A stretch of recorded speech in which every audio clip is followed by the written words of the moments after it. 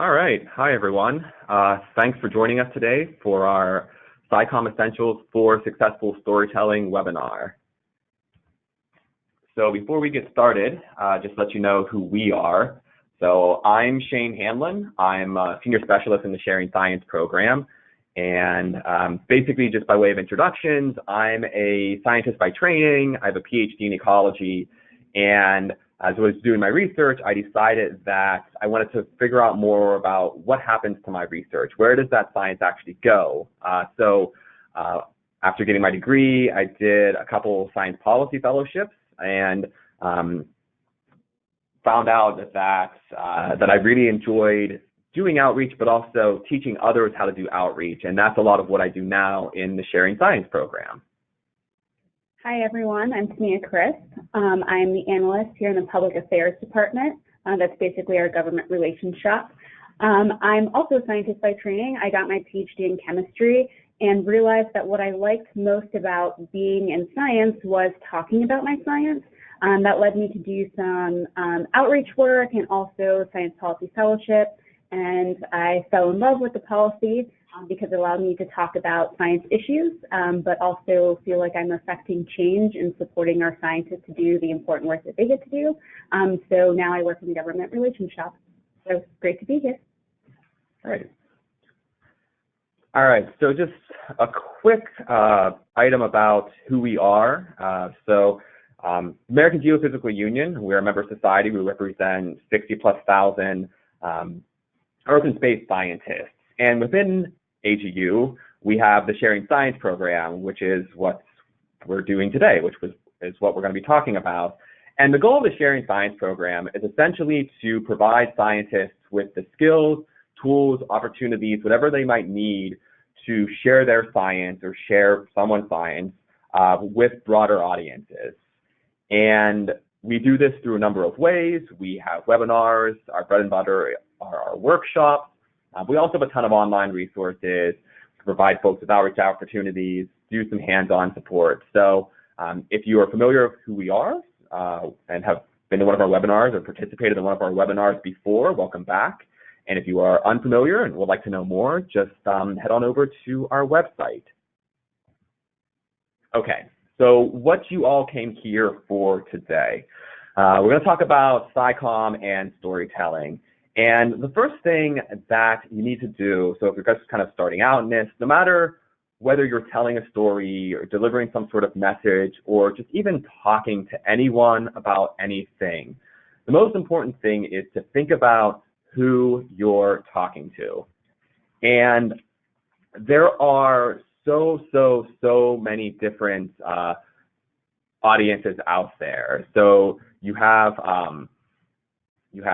say the whole world. So if you're doing research or you're doing outreach or communication through social media, you have a ton of different audiences. But it could be public groups like nature and science centers. You could be want to talk to journalists and media outlets, volunteer groups, PTAs, business groups. If you're just starting out, you maybe started out like I did. I was doing research and I realized I wanted to share my science more broadly. I didn't really know where to start, so I started with groups I was comfortable with. I had a friend who was a middle school teacher, and so I would talk to her science class, and I knew some folks in the local botanical garden, so I'd go talk to public groups. So just starting out, I started with something that I was comfortable with, and that's a really great way to kind of build on or start with something that you know, people you know, and then maybe build up from there to groups that you might not be as comfortable with or as knowledgeable about. Once you kind of know who your audience is, so these are the people I want to talk to, you need to connect with them in some way. And the first thing is probably to identify your goals. So what do you want to get out of this? Do you just want people to know what you're doing, what your science is, or maybe an organization you represent, or do you have something maybe more specific? On the flip side of that, what do they want to get out of this? So you're going to them for a specific reason, but they're coming to you for a pretty specific reason too. So just understanding what each of you want to get out of this is really important. And it's also incredibly helpful and necessary to know something about them, to know their demographics, their values, interests, concerns, whatever it might be. Again, the more you know about your audience, the better your interactions will be, the better the whole experience will be. And one way to make sure that you're getting your message across in a way that they'll be receptive to is to frame your research or frame whatever your message is. Why should your message matter to this group? So this illustration is joking, but also kind of serious from my colleague, Olivia, who's also a research scientist by training. She says this is from some painful personal experience, basically running after people, very excited about your research and wondering why they're not receptive. Because you need to frame it in a way that that audience, that group, group will be receptive to. And this may be difficult if you have a really broad audience, like maybe your audience is general public, and this is a catch-all phrase that we use to basically say a non-specific group. But even within this kind of general public or whatever the phrase might be, there might be specific audiences there that you're interested in. And maybe it is just, okay, I just want to get it out to everyone. Well, that's fine as well. There's probably best to maybe just pick a level at which you want to present this research. So I want it to be a level that an average fifth grader could understand, and then all types of different groups could understand. So even if you are going more general, there's still a way to frame it in a way that folks will understand and they'll be receptive to. And it's not necessarily about convincing someone. On one hand, no one wants to be told that they're wrong about something, but you might not want to think about it as convincing someone, but maybe about presenting knowledge that's important or in a context that's important to the audience. So maybe depending on your audience, we use this device we all care about, and again, audience specific, but maybe it's children's future or health or water quality, food supply, whatever it might be. And that's why knowing your audience, or as well as you can know your audience, can be really important. And so if you know your audience, you can frame your message in different ways. So maybe you're talking to a group of business owners. You can talk about research into hurricane behavior. It can help businesses and homeowners better secure their buildings and residences from powerful wind. Or talking to folks who really care about rising energy costs. And I mean, who doesn't? Heat waves affect our health as well as our energy bills. So again, not necessarily trying to convince anyone, but trying to figure out why your message matters to that audience. So now I'm going to talk a little bit about speaking the same language.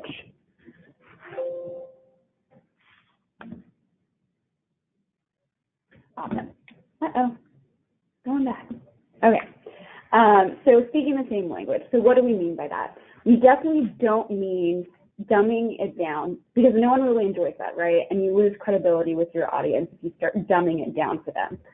What we mean by speaking the same language is basically using clear and simple terms so that people can understand the language that you're using, that you maintain accuracy in that way, but a language that people can understand. You're providing context for them so they understand where this fits in with everything else. You're not getting too bogged down into the minor details, but starting broadly and then providing more detail as necessary, and really avoiding jargon and acronyms. So people aren't guessing what you're talking about, but they're really staying on the same page with you. So when we talk about jargon, which I think is, as scientists or people who are talking about science, one of the most important things to really think through, we're talking about technical terminology, undefined excessive acronyms, which is pervasive here in DC, obscure words, unnecessarily long words, or these words with multiple meanings. I think this is something particularly for scientists that we don't think about, is the words that we use to describe our research has one meaning when we're talking about science and a completely different meaning when we're talking to folks who don't have a science background or are probably not thinking about the science as often as we are. So all of this has nothing to do with intelligence level. This is really just making sure that they can all stay on the same page, so they're listening to your message rather than trying to think about some random words that you just used that they're not sure what that means. So we've got this handy dandy handout for you guys. It's on our website at sharingscience.agu.org, and it basically lists some of the science words that have other meanings to people who are outside of the sciences. So if you guys have other examples of words, please let us know. We love to hear new ones. Some examples are things like modeling. Modeling in science definitely means something different than the modeling that we see like Cindy Crawford doing, right? Also, positive feedback is another example. That means something different in science than probably the high five or pat in the back that other people are thinking. So really think through the words that you're using and make sure that they have a clear meaning that's the same in science as it might be other places. And if not, think about other ways you can describe those. So now that we've talked a little bit about speaking the same language, let's kind of talk about how you can start to craft your message. And when we're talking about your message, what we're really saying is how you're distilling down to your key points in a clear way. So you're trying to leave the audience with some kind of take-home. That's basically your message. At the end of whatever presentation you're doing or discussion that you're having with someone, are they taking home what you're doling out, basically? So you want to make sure that you're hitting on key points that not only resonate with your audience, but resonate with your audience in the time that you've selected. So we'll talk about that as well. So when you're crafting your message, one exercise that we recommend is using this message box. It basically allows you to think about some of those key points that you want to include in your message. So the way that this works is there is an issue, so this could be your research, and then you are answering the questions that are kind of around this box. So here's an example of someone who filled out our message box. And what you can see is they've identified climate change triggering disease epidemics as the issue. Then they've answered the so what. Why should someone care? They're saying this is the most significant impact of global warming, but we've paid little attention to it. So we're not really prepared for the future. Yeah, I feel like maybe I should care about like that. That we're not prepared for disease epidemics as a person, right? You can also think about what the problems are, what the solutions to those can be, both short-term and long-term, and also what are the benefits. If we address this issue, what can it do for us? Predict and prevent disease outbreaks, lessen the impact of future epidemics. Those are all things that people can latch onto. So these are basically just questions that you can answer, and it can help you think about the components of your message that you can then eventually put together once you are crafting that message. All right, thanks, Tamia. And something I will say just real quick before we move on is that there's a whole bunch of different ways to think about messaging and a bunch of different tools. The message box is a really great one. If those of you out there are familiar with Compass SciComm, this is their bread and butter. So there's not kind of a one-stop shop. So if you see something else out there, again, we're always interested in learning more about different ways to help folks craft their message. So we're going to, we've learned a little bit about kind of more general principles of identifying your audience and general messaging, but we talked about often a couple of specific audiences, and you'll see in a second kind of why we bump these out. But so maybe some of you out there want to work with journalists, and maybe some of you just don't. But these principles we're going to go through can apply to really talking to anyone. So we begin with understanding the news style. Now, when we have, and some of you might have seen this before, but if you have a research presentation or a paper, this is kind of how it's structured. You have your intro, your previous research, the methods, the results, conclusions, what have you at the end. All the good stuff at the end. A news story, or frankly, a lot of non-lecture, non-scientific paper messaging, is flipped a little bit. So you start with your results, your conclusions, the good stuff, really the what you found, then implications, and then the details, the methods, anything else at the end. And this is for two reasons. Traditionally, or I guess historically, if a story was physically too long to fit in a newspaper, an editor would cut off the bottom of it. So you do that to a manuscript, you cut off all the good stuff. You do that to a news story, you're cutting off things that aren't necessary for the story. Important, yes, but aren't necessary to get the message across. Nowadays, we all have very short attention spans, and so just getting to the point as quick as possible is really, really important. So there's a few things to think about when messaging for the media. And again, we say for the media, but this could be for really any sort of audience. But what do we know? What's new? And why it matters.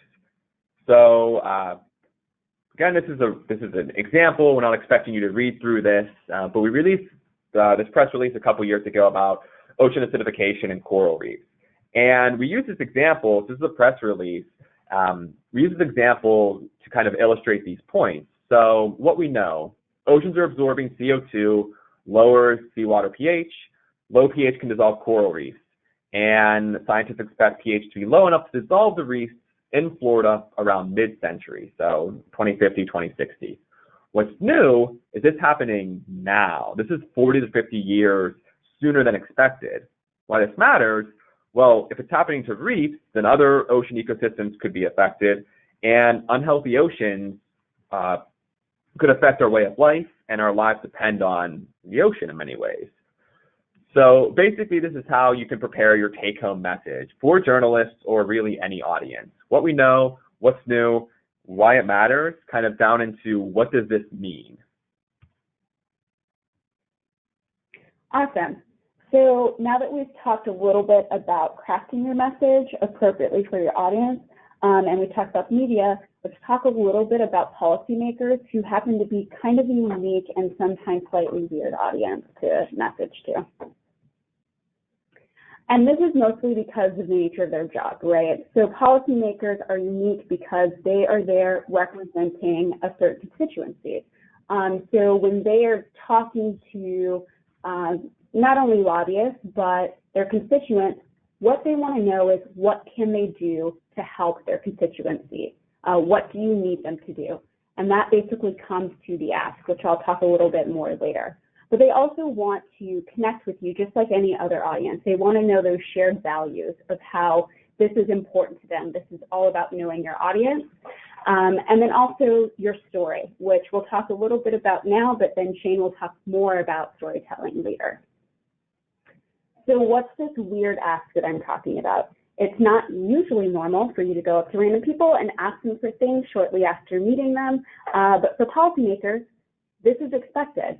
That's what I mean by slightly weird. You don't usually go to people and ask them for things. But policymakers are actually expecting you to ask for something because it gives them an idea of what you need them to do. It gives them an action. So when you go into a meeting or you're having a discussion with them, you would introduce yourself and probably have some small talk. But right after that, you're going straight to your ask.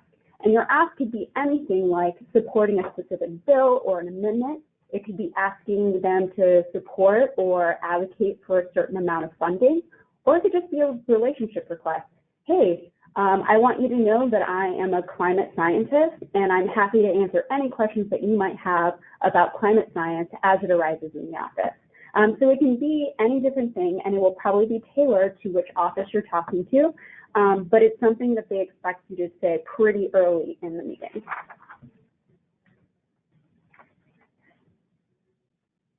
Excuse me, guys.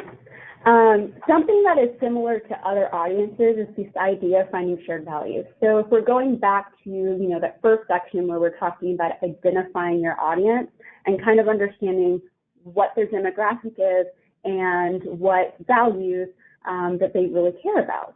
It's very similar for policymakers, but maybe slightly different in how you would find those things out.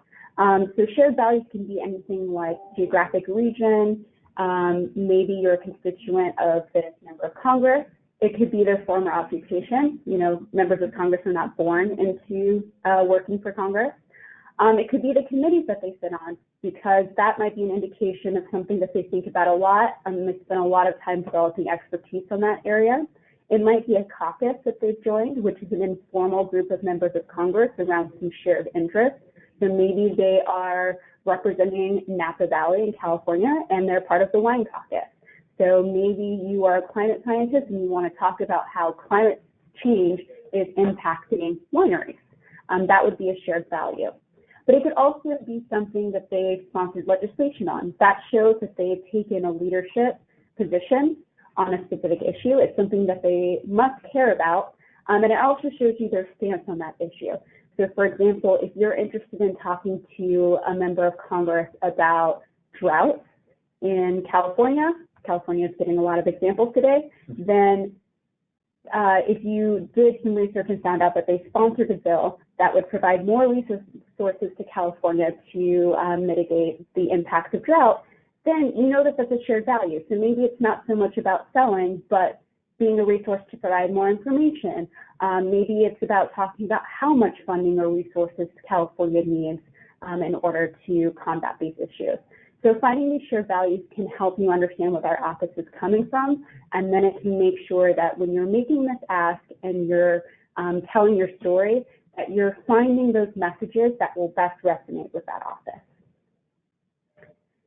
So lastly, I just want to go over kind of where this all fits in the grand scheme of, say, a meeting with a member of Congress. And remind you, this could be here in DC, but it could be any place else. If you live in Virginia, it could be at a district office. It could be your federal member of Congress, but also state or local level.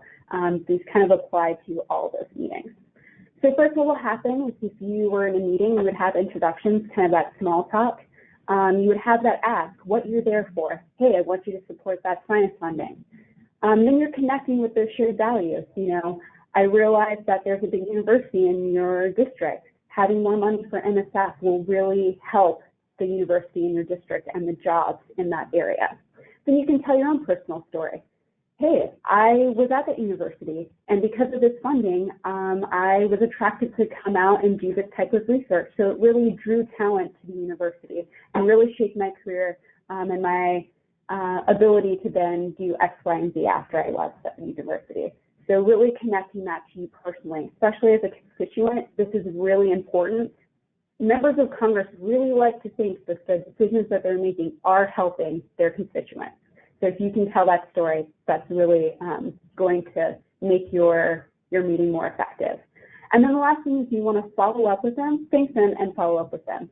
So we always say that this is about building relationships. We don't think that one meeting is going to have the greatest impact, but once you've built a relationship and they're starting to proactively reach out to you because they've now identified you as someone who's really engaged, that's an expert on a topic, that's when you can start seeing more of an impact. Especially for those officers that you think may not be on the side of the issue you'd like them to be. The only way to really see some forward momentum is one, finding those shared values, and two, making sure that you're continuing to engage with that office. And now I'll pass off to Shane to talk more about telling that story. All right, so we kind of covered the SciComm Essentials part, right? So this is really valuable in no matter what type of communication you're doing, but this is about essentials for successful storytelling. So let's talk about telling a story.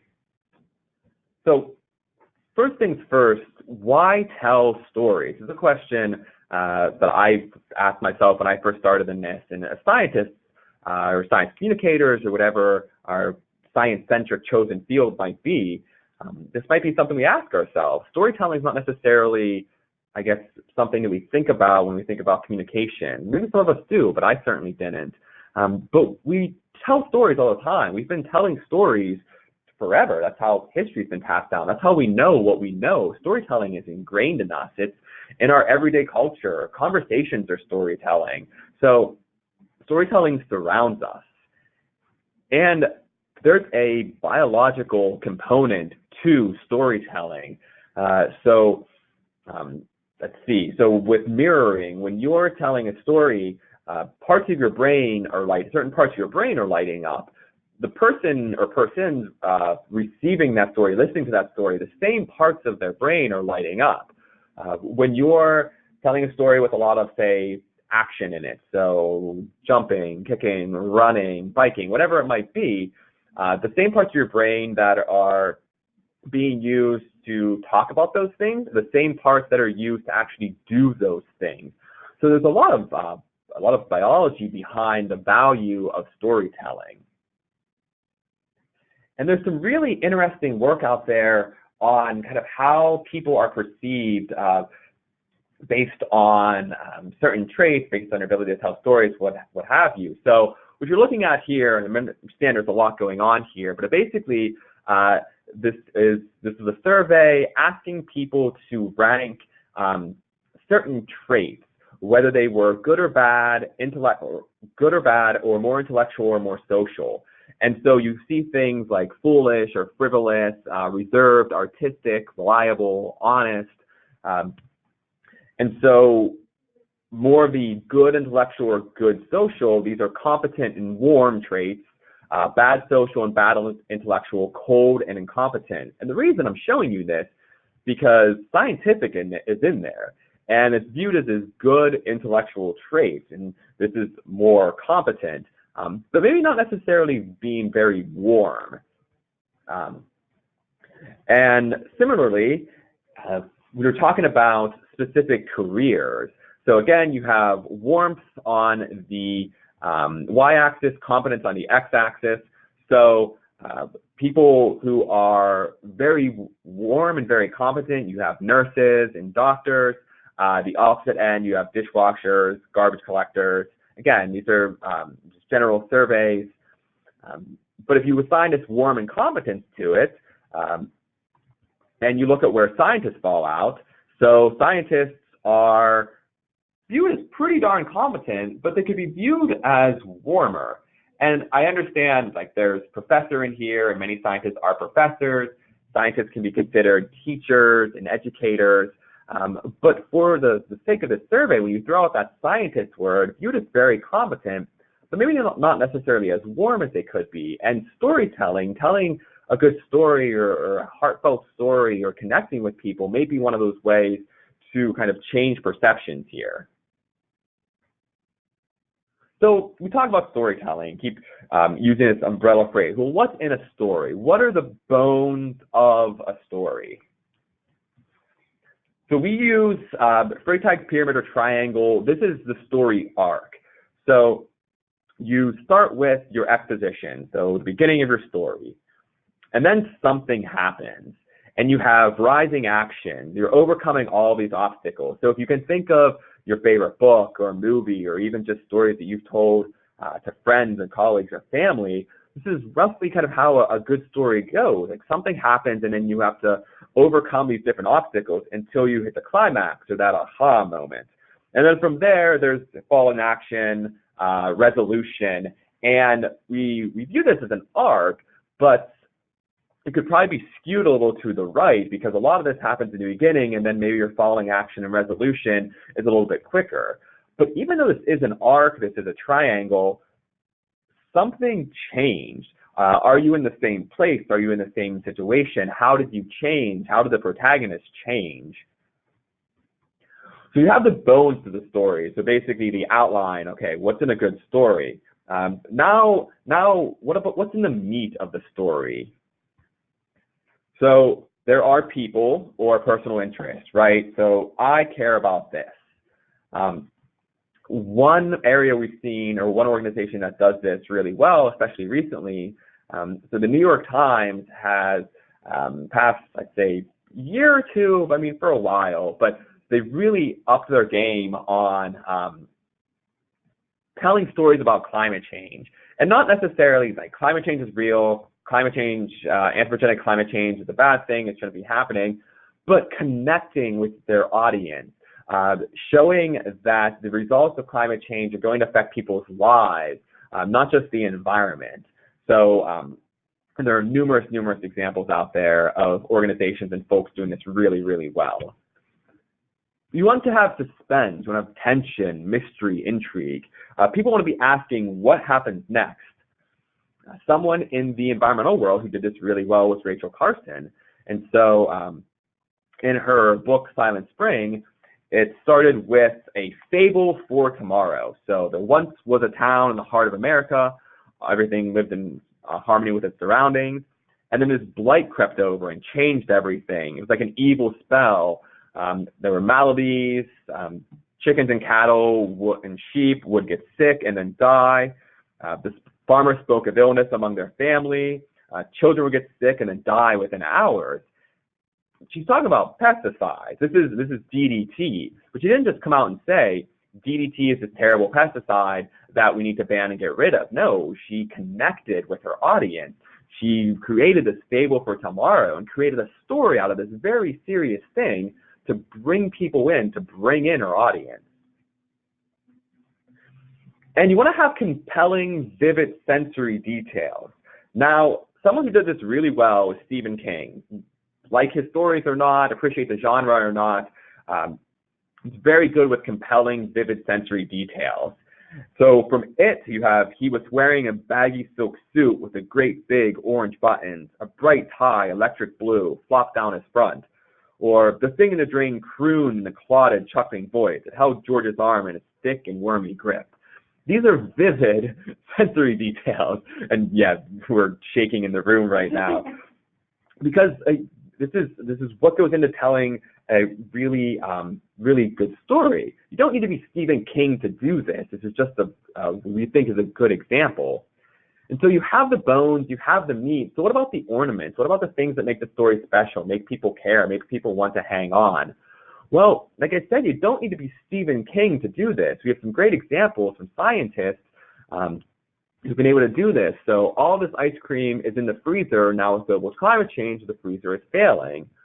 Or the vegetation has taken a deeper breath, if you will. So talking about how plants are taking in more CO2 now than they used to. Or when talking about just the size of things, or trying to relate to people and something that they might understand, talking about using an instrument on the moon, it's about the size of a small juice box. We can visualize that. We can see that.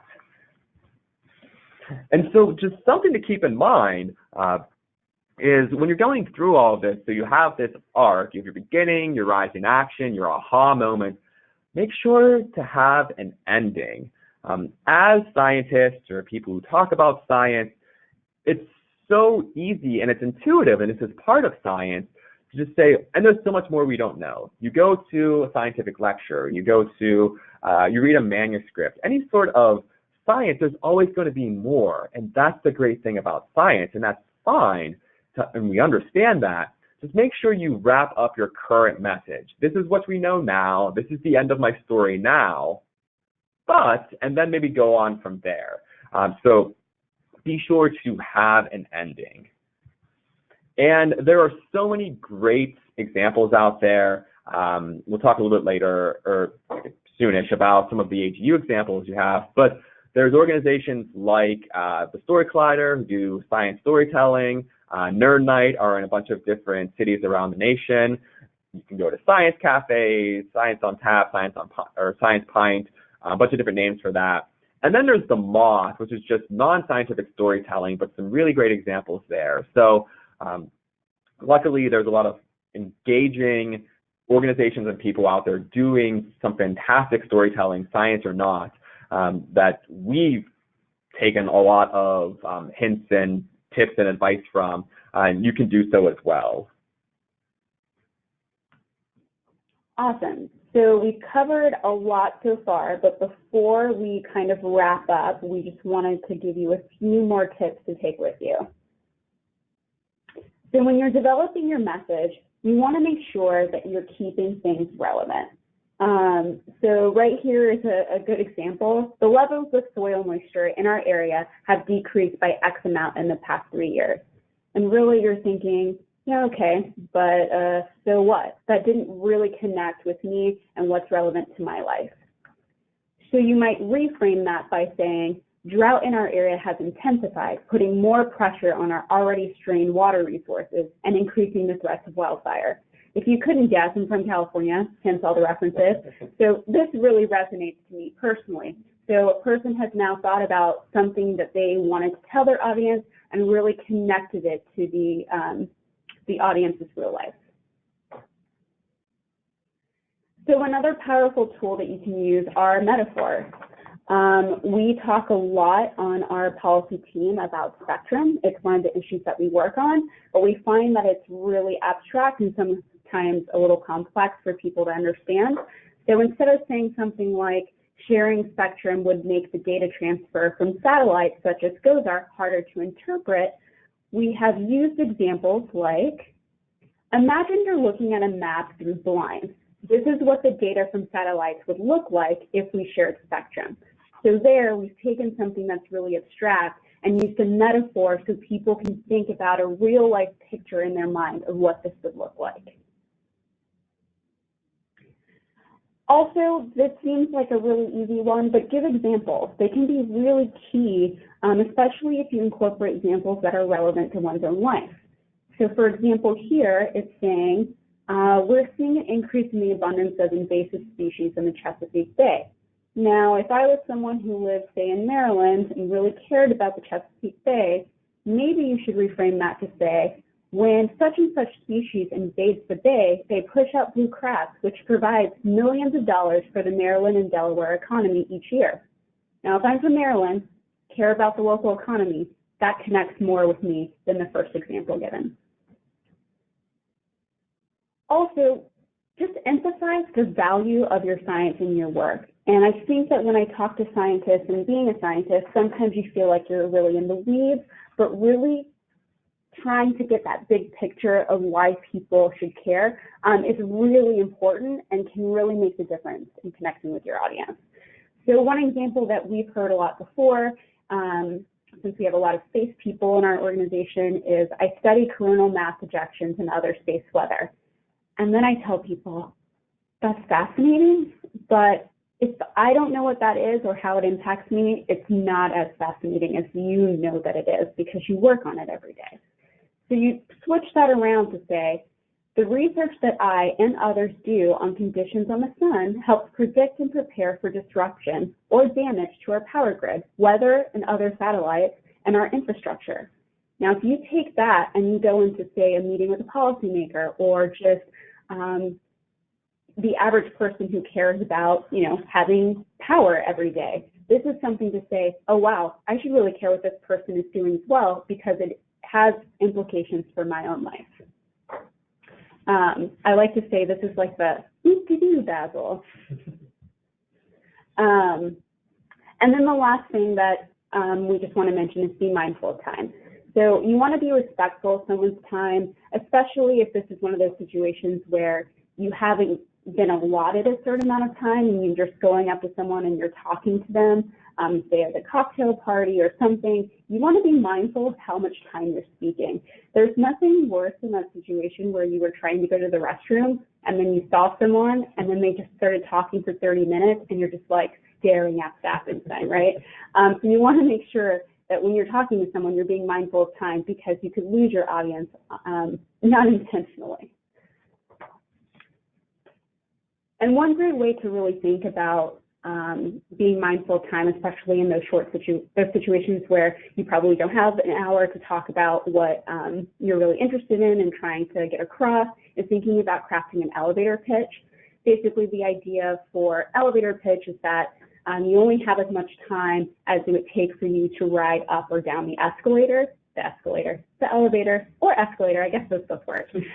So this could be just like a one-liner that really explains your research, or, once you've talked about the broad implications of your research, then you can talk a little bit more about the details.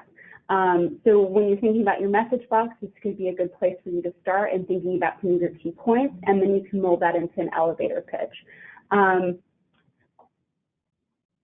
I just forgot what else I was going to say to that, so I'm just going to go to the next slide and maybe I'll think about it.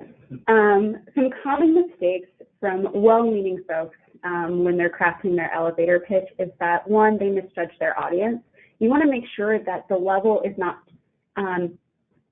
too high or abstract for people to understand. And what I mean by that is going back to those speaking the same language. If you're using a lot of technical terms for an audience that doesn't have the same science background as you, it could be a scientist, just not the same science background. They may not understand what you're saying in your short elevator pitch. But at the same time, you don't want to talk down to people, so really think about who you're speaking to. Again, that's too much jargon. And what I think happens most often is the TMI. It's a short elevator pitch, and really think about the key messages that you want your audience to take away. Don't try to just cram as much information in less time, because you really will lose your audience. That person will really be looking for that bathroom sign, so be conscious of that. And lastly, and on a positive note, there is no way that you can expect someone to care if all you're saying is there's no hope. So instead of saying the end is near, please recycle, you want to give someone an opportunity to make change and feel like they can do something to solve the issue. Like, we have a great opportunity here to safeguard our quality of life and make sure that our community's health, resources, and environment are enjoyed by generations to come. Because, right, you've identified a value. We all care about children's future. So that's really where you want to leave your message so that people can leave feeling like they can do something. All right, so this is a very short webinar, and we understand that we cannot cover even a fraction of what we wanted to here. So what now? Well, so this webinar was spurred by our friends and colleagues over at Planet Forward, and so my colleague Olivia and I are actually going to be at the Planet Forward Summit. So if you're in DC and going to that, we'll be there on next Thursday, I believe, for the breakout session 2. But you can find us. We're going to be talking about sharing science with anyone and everyone. For those of you who will not be there, or even those of you who will be, we have a ton of online resources. So sharing science, we do communication and outreach. Science policy has a bunch of updates and toolkits and ways to engage. We have mentoring programs through education. We have a couple of blogs. This is for AGU members and non-AGU members alike. Our goal in sharing science is to help anyone who's interested in sharing science do that more effectively. You can follow us on all of the social media channels. Sharing Science and Science Policy especially, those are our Twitter handles, and we're on Instagram, and AGU's on Twitter as well, the larger accounts.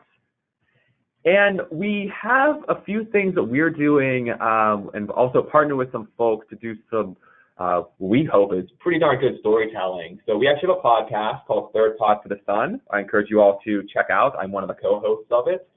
We partnered with the Story Collider, that science storytelling organization, at our annual meeting this past fall, where scientists got on stage and told true personal stories about science. And these weren't science lectures, they were science stories. So we'll send out a follow-up email once the webinar is ready for y'all to view as an archive, and we'll attach some links there. We also partnered with StoryCorps, and we're doing we call our AGU Narrative program. So look for more information there when we kind of follow up with you all after this. And finally, if you're interested in this type of thing, if you want to do outreach, if you want to do policy work, if you want to, whatever it might be, if you want to share your science, you can follow us, you can go to our website. I encourage you to join the Sharing Science Network. You be part of a group of people who love doing this, who are passionate about this, and who can share their experiences with one another as well. And so that's what we have. We have about 15 minutes for questions. We encourage you all to use the question box. It'll be on your right in those tabs of information to type a question to us. Something I will just say while folks are thinking of questions or typing them in, this is a webinar about SciComm and storytelling. And one of the popular questions we get is, it seems like a one or the other thing. Like, I need to tell a really compelling story. How does that fit into everything else? Well, it doesn't necessarily have to, but it most certainly can. So, for example, if you're meeting with a policymaker, you can start the meeting by telling a really quick anecdote about something that happened in your district or how it relates to the legislator, and then go into your ask, like, that's the story, and then this is why I'm here. If you're talking to a journalist, they're going to be interested in learning about what you do in the lab or in the field or whatever it might be. They'll love to hear that anecdote. Or if you're just talking to any sort of audience, the more you tell anecdotes, stories, you try to humanize your message, the better it will be. So we want folks to realize that storytelling doesn't necessarily have to be just, I'm going to tell this story. It can be part of a much larger thing. It can stand on its own, but it can also be part of just your broader message altogether. So I'm looking at the questions. Hi, Genevieve, you're welcome. So one question that we had is, did you mention the presentation slides will be available for the webinar attendees? Sure. So we turn this into basically a YouTube video for everyone to view. So all of you who were registered, we will send you an email probably next week with a link to the webinar so that you can see it as well as anyone else who missed it, because we want as many people to have the opportunity to see this as possible. Let's see. That answered a couple of our questions, actually. Let's go back up to the top. What if your audience is general public? Sure. So that's the thing, and we were talking, or I was talking earlier about we have more general audience and these really specific ones. And if you're thinking about framing your message to a general audience, maybe it's just you just want to get your message out there. This is where I'd say pick a level at which you want people to understand your message. And by level, I mean maybe it's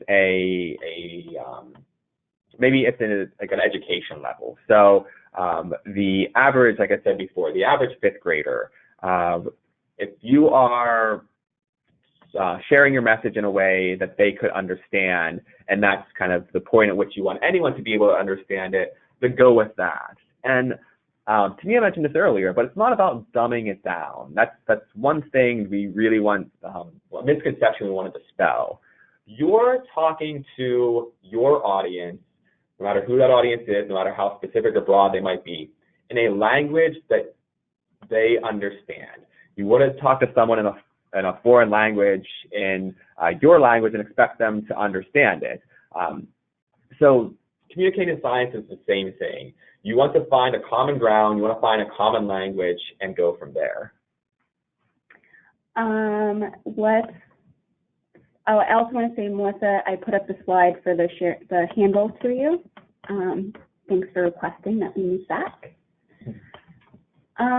Okay, someone says I'm actually working on an assignment for my environmental issues class, and I've been trying to find an interesting way to present the concept of placing a prize on limited natural resources. How would I be able to format this topic into a story or an easy way to connect with my rather quiet class? Oh, placing a price, I'm sorry, I misspoke. A price on limited natural resources.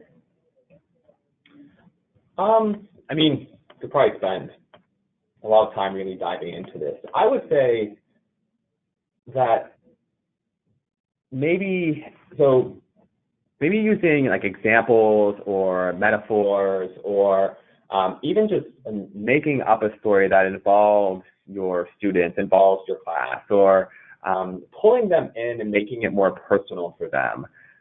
Again, kind of like off the top of my head, I can't think of anything really specific, but I would say just try to make it as personal as possible, and connect with them in a level that might be a little bit different than just thinking about the whole, I don't know, maybe less, not necessarily less structure, but less, what's the word I'm looking for, Tania? I'm not sure if I know the word that you're looking for, but one thing that I was thinking about in terms of price of natural resources, I think that we have in our minds that we just have so much, or not that we don't have to worry about it in the short term. And what's the website that we use about size of things? I think it's called Size of Things. It's social math. Yeah, and so I think social math is really powerful for understanding that we do have a finite amount of resources. So even if you can do things like, we only have enough materials that fit into the Empire State Building or something like that, I think that gives people a good visual, because natural resources are kind of spread out, right? So I don't think that people have a good picture of like what maybe our limited resources are and how much we have available to ourselves. So that was something that I was thinking that could be pretty powerful there. Yeah, and again, it goes back to the juice box example as well. Like putting something in folks' minds where they can visualize it can be really effective.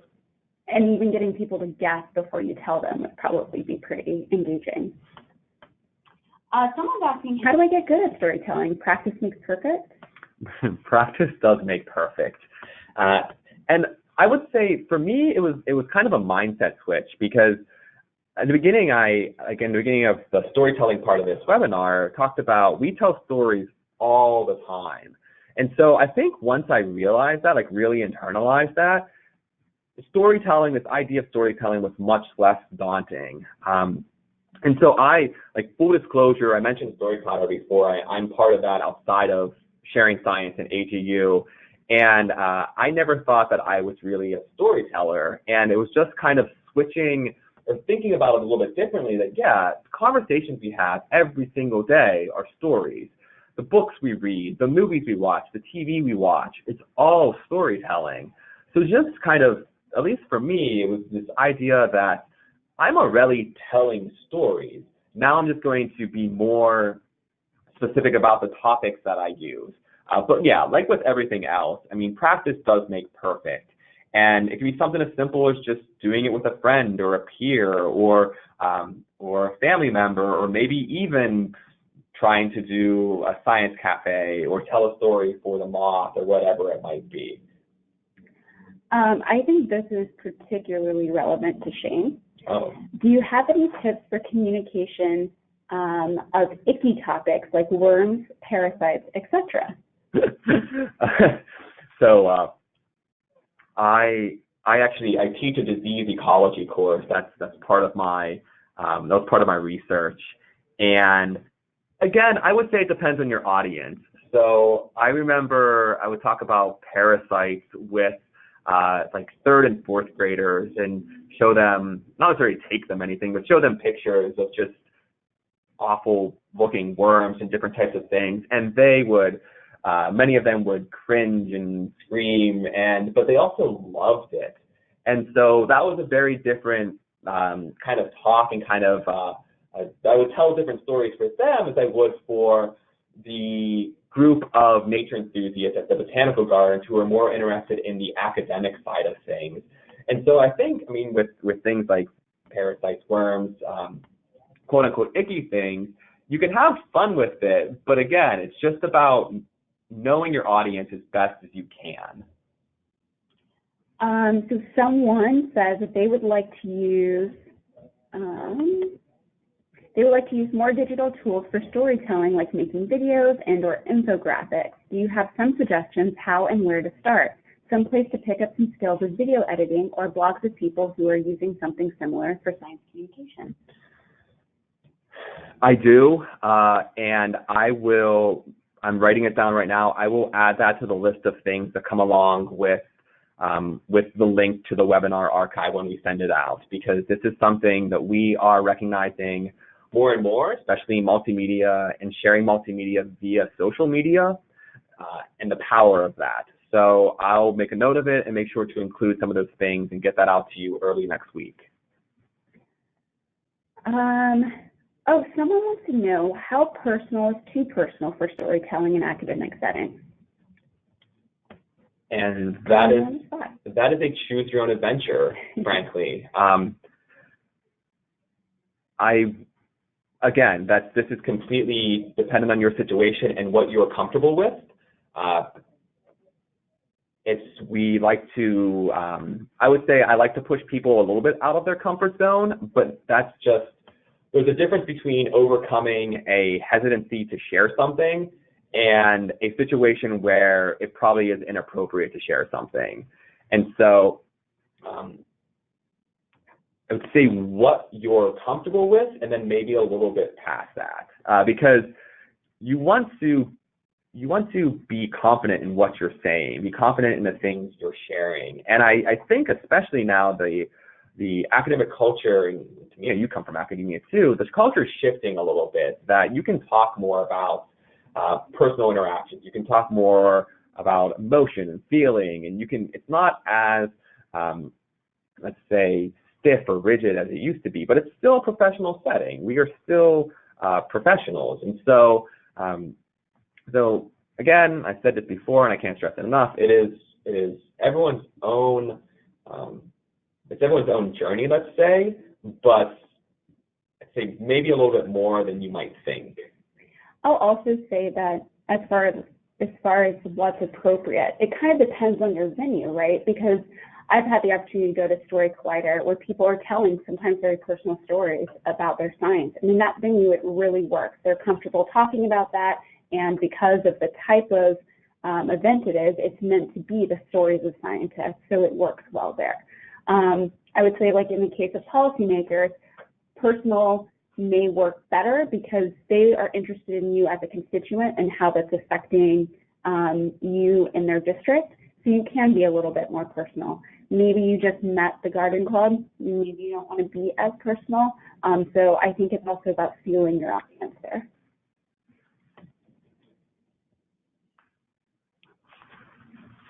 Okay, let's see.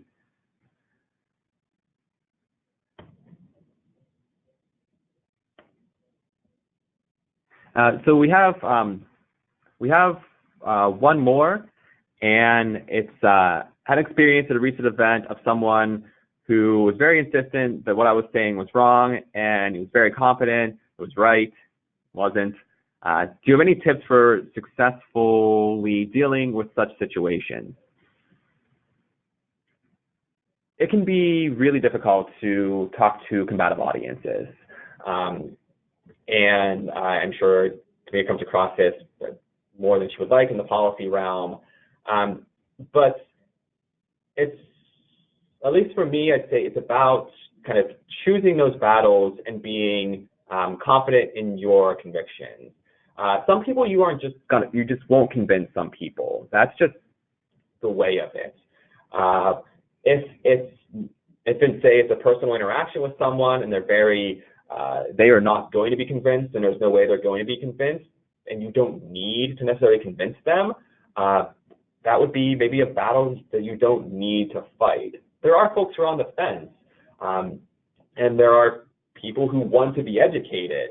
And so I'm not advocating for staying away from some unreceptive audiences, but on the flip side of that, choosing that audience or just know that you can choose that audience and when to engage and when not to engage.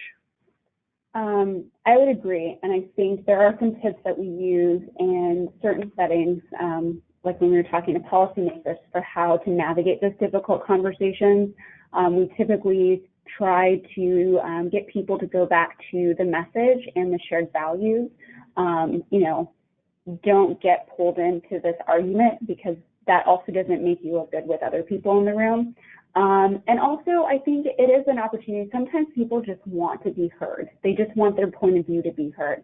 So to say things like, I'm happy to talk to you more about this offline and get a better sense of what you're reading, things like that.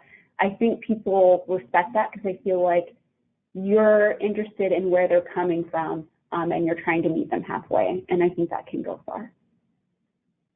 Great. All right. So we had this was just a sampling of ones we could get to. So sorry for all of those that we couldn't. But thank you again all for tuning in. Like I said, we'll follow up probably early next week with this recording and some other resources as well. In the meantime, please follow us on social media, head over to our website, and thanks again, everyone. Thanks, guys.